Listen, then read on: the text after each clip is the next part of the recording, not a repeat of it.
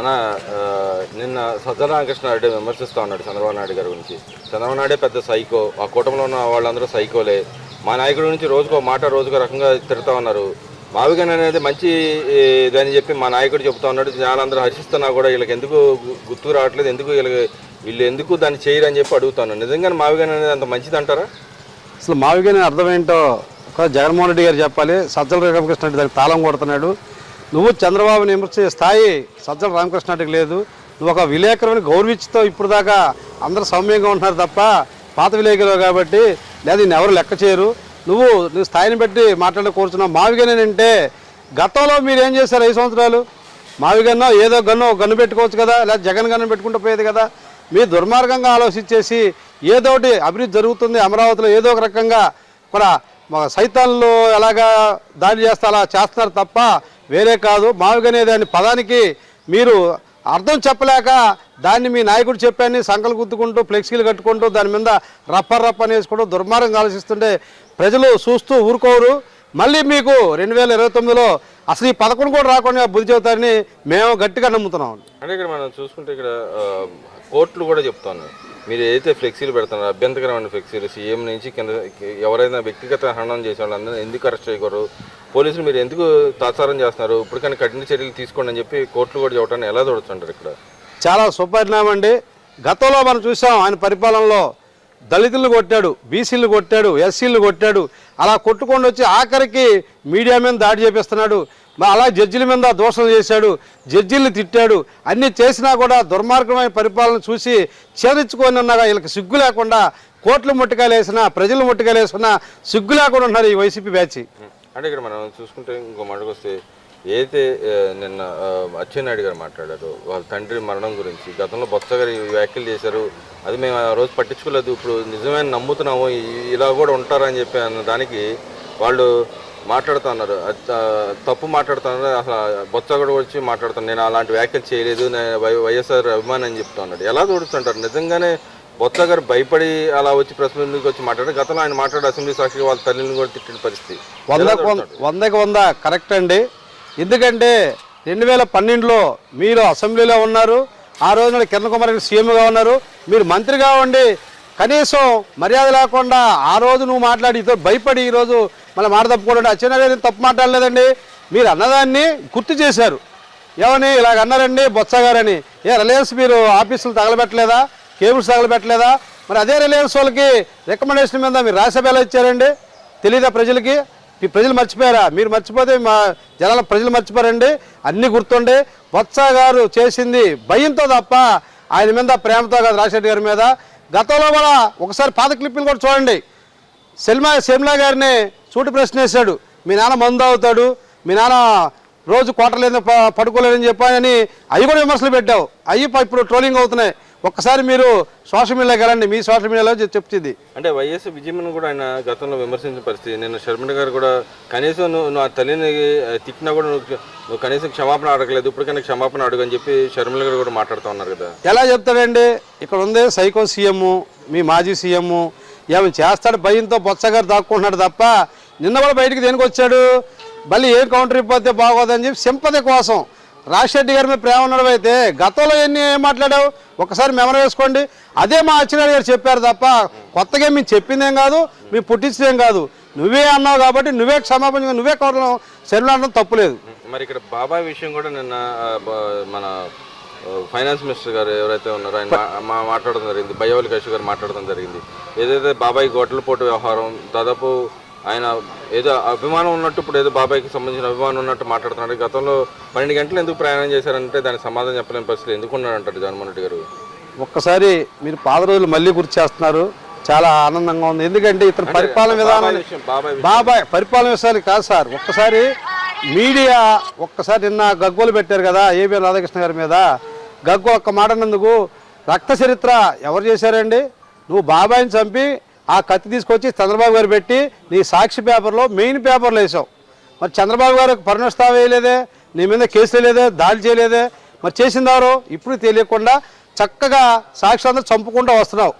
చూసావు పర్యాల రవి గారి యాక్చువల్లో ఎలా జరిగినాయో. ఇప్పుడు అలా జరుగుతుంది.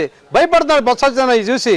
గతంలో చూశాడు కాబట్టి జగన్ రెడ్డి భయపడి ఈరోజు సింపతి కోసం కన్నీళ్ళు పెట్టుకున్నాడు. అంటే ఇక్కడ మరి పయ్యావుల కేసు గారు చెప్పిన దాంట్లో నిన్న ఏమన్నారంటే, మా అచ్చెన్నాయుడు ఏమనలేదు, మీరు చేసిన ఇలాగండి గొడ్డలపోటు నుంచి గుండెపోటు నుంచి అలాగే నాన్నగారు హత్య గురించి అలాగే తల్లి చెల్లి అన్ని మొత్తం చెప్పారు. ప్రజలకు తెలుసు కదండి. ఆయన మీద కూడా ఇంకో మాట కూడా అన్నారు, ఆయన మీద కూడా నిధులుగా చేరుస్తాను భయంతో ఈ రోజు బయటకు వచ్చి మాట్లాడుతున్నారు అన్నట్టుగా అన్నారు. అవును సార్, అంతకుముందు ఓక్స్ కుంభకోణం ఉంది, గతంలో చాలా కుంభకోణాలు ఉన్నాయి. బొత్స గారిని తక్కువ ఏం కాదండి. సీనియర్ నాయకుడు చెప్పుకుంటూ దాంట్లో పడి ఉంటున్నాడంటే ఇలాంటి కుంభకోణాలు వస్తాయనే. రాజశేఖర్ గారి టైంలో కుంభకోణాలు ఉన్నాయి. ఓక్సే తీసుకోండి, అంతకుముందు కంపెనీ వచ్చింది మనకి, ఓక్స్ అని రాలేదు. మరి దాన్ని దెబ్బతీసినారు బొత్స గారే.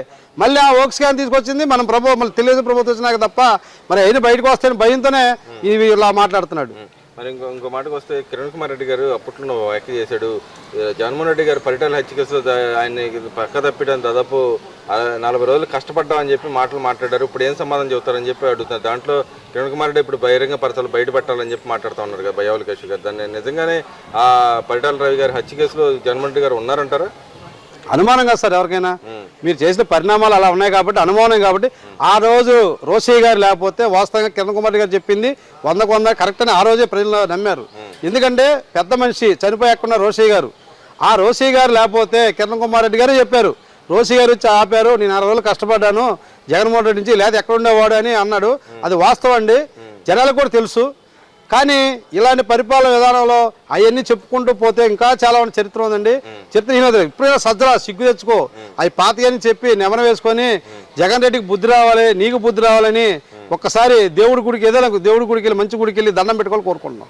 మరి ఇంకో షర్మిల గారి విషయానికి వస్తే ఆమె చెప్తోంది, ఎప్పుడు చూసినా గొడ్డలి గన్ను అనే పేర్లు తప్పితే ఇంకా మీకు ఏది జనాల గురించి పట్టించుకున్న నాదుడు మీరు, మీకు ఎందుకు రాజకీయాలు అన్నట్టుగా మాట్లాడుతూ ఉంది కదా సార్. ఒకటి, చంద్రబాబు గారు విజన్తో వెళ్ళే నాయకుడు. విజన్ అంటే ఏంటి సార్? పేదలకి ఆ పథకం చేద్దాం, ఈ పథకం పెడదాము, లేదంటే డెవలప్మెంట్ చేద్దాము, అవి చేద్దాము. గన్నులు పట్టుకునే సంస్కృతి ఎవరికి వస్తుందండి? ఆ దొంగలకే వస్తుంది. ఆ దొంగలకి సంస్కృతి వాళ్ళది, మాది అభివృద్ధి సంస్కృతి మాది, మా చంద్రబాబు గారిది. అవి వదిలేసి గన్నులు గొడ్డలు అంటే నేను చెప్పింది కరెక్ట్ అండి. అవినాష్తో కలిపి పులివెందల్ని అవి గొడ్లని పెట్టమంది కరెక్ట్ అండి, దాని సమాధానం. ఇక్కడ అవి కానీ కలిపి పెట్టమంది. అంటే గన్ను ఉంటుంది కదండి. ఈ సంస్కృతి ఏంటి? హింస కావాలి వాళ్ళకి. మాదేంటి? అభివృద్ధి కావాలి. మా చంద్రబాబు గారు, మా లోకేష్ గారు అనేది ఏంటి? అభివృద్ధి అభివృద్ధి అభివృద్ధి అంటున్నారు. వాళ్ళు ఏమంటున్నారు? మటర్ రఫా అంటున్నారు. దానికి దీనికి వ్యత్యాసం ప్రజలు తెలుసుకోవాలి. మనకు అభివృద్ధి కావాలా, లేదంటే నరుకుడు కావాలా, రక్తపాతం కావాలా, మనశ్శాంతి లేకుండా రాష్ట్రం కావాలని ప్రజలు తెలుసుకోవాలండి. మరి ఈ రోజు చూసుకుంటే చంద్రబాబు నాయుడు గారు పార్టీ ఆఫీస్కి వెళ్తున్నారు, కార్యకర్తలతో మళ్ళీ మీటింగ్ జరగబోతున్నారు. దాన్ని ఎలా చూస్తారు? నిజంగానే పార్టీ సమన్వయం చేసుకుంటా ముందుకు వెళ్తున్నారంటారు? పార్టీ ఇప్పుడు అధికారంలో ఉంది, కార్యకర్తలు పట్టించుకోవడానికి కొంత విమర్శలు ఉన్నా కూడా చంద్రబాబు నాయుడు గారు వాళ్ళ కార్యకర్తలకు కానీ ఇటు ట్రైనింగ్ ప్రోగ్రామ్ కూడా వెళ్ళి భవిష్యత్ తరాలకు ఎలా ఉండాలని దిశానిర్దేశం చేయబోతున్నారు. దాన్ని ఎలా చూడొచ్చుంటారు? ఇక్కడ వచ్చేపాటికి రాష్ట్రం బాగా వెనకబడిపోయింది సార్. 30 సంవత్సరాలు చంద్రబాబు గారు అన్ని బ్యాలెన్స్ చేసుకుంటూ సమన్వయం చేసుకుని వస్తుంది వాస్తవమే. కార్యకర్తలు కొంత నిరుత్సాహపడతాం వాస్తవమే.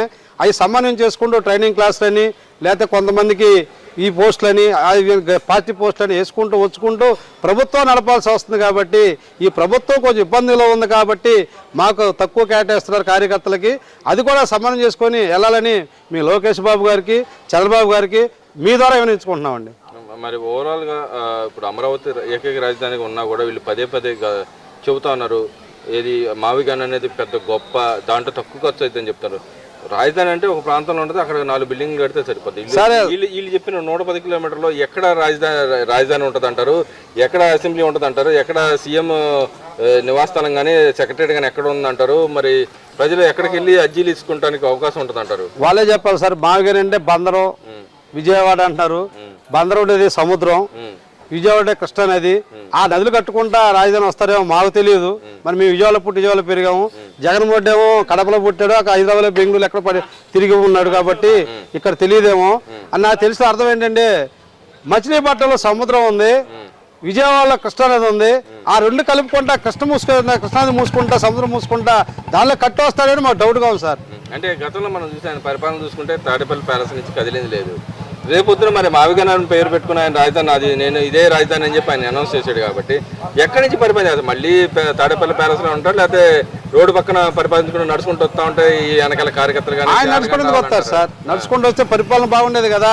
పరదాలు కట్టుకుంటాడు, పోలీసులు పెట్టుకుంటాడు, పాదయాత్ర కూడా చేయబోతున్నాడు. పాదయాత్ర చేస్తాడు సార్. ఎందుకు ప్రభుత్వం మళ్ళీ రేపు నెక్స్ట్ 11 సీట్లు కూడా రావేమని భయపడి అతను పాదయాత్ర చేస్తాడు, బెదిరిస్తున్నాడు.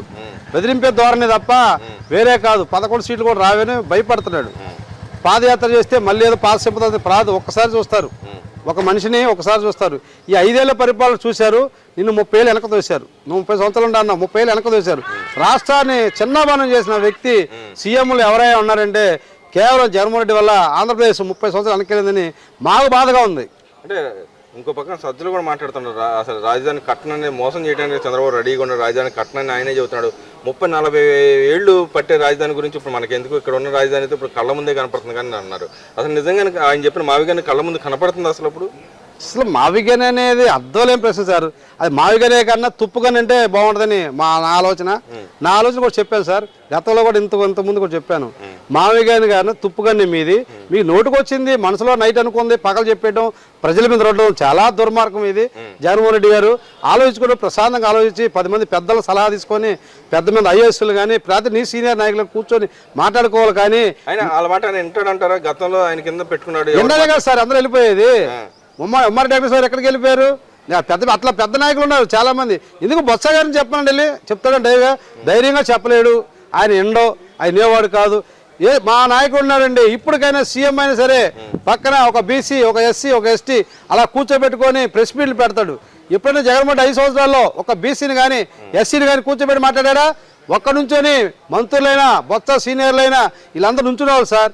గతంలో చూడండి, క్లిప్పింగ్లు ఉంటాయి మీ దగ్గర, ఒకసారి చూడండి. దుర్మార్గమైన పరిపాలనలో 5 ఏళ్ళు పోయింది సార్ మాకు పీడకల్లా. రేపొద్దున వచ్చే రోజులు ఆయన పాదయాత్ర చేసి ఏదైనా వచ్చినా కూడా ఏది నమ్ముతారంటారు? మరి 3 రాజధాని గతంలో చెప్పుకుంటూ వచ్చాడు, ఇప్పుడు అది పోయింది, జగన్ మమ్మల్ని నమ్మలేదు, ఓడిచ్చారని చెప్పుకున్నాడు. మధ్యలో అన్న పక్కన వాళ్ళు చేసినవి కూడా నేను చేశానని చెప్పుకొని తిరిగాడు. ఇప్పుడు రేపొద్దున మావిగానే చెప్పుకొని తిరగడానికి అవకాశం ఎంత మాత్రం ఉందంటారు? సార్ మావిగానే అనేది నువ్వు 3 రాజధానులు అన్నావు, నేను నమ్మలేదు. ఉత్తరాది నుంచి చిత్తూరు దాకా తరిమి కొట్టారు. నువ్వు మావిగానన్నా తుప్పుగానన్నా నిన్ను పట్టించుకోరు. నువ్వు మోకాలు దండ వేసుకొని పాదయాత్ర చేసినా, పొరుల దండాలు పెట్టినా నిన్ను నమ్మరు ప్రజలు. ఒక్కసారి మీరు అమరావతిలోకి వెళ్ళండి. సజ్జలకి సూటి ప్రశ్న చేస్తున్నామండి. ఒక్కసారి మా ప్రభుత్వం వచ్చి 22 ఏళ్ళు అయింది. ఒక్కసారి అప్పుడు చూడండి, ఇప్పుడు చూడండి. బిల్డింగ్లు వేసినాయా, హైకోర్టు జడ్జీలుగా ఉన్నాయి, నివాసాలు అయినాయా లేవో చూడండి. ఒక్కసారి ఇది మన రెగ్యులేటర్ పనువిడి చేస్తున్నారు, అది చూడండి. ఒకసారి అసెంబ్లీ భవనాల్లో కడుతున్నారు చూడండి. ఏమీ లేకుండా అబద్ధం చెప్పే పాలసీ మాది కాదు, మా పార్టీ పద్ధతి.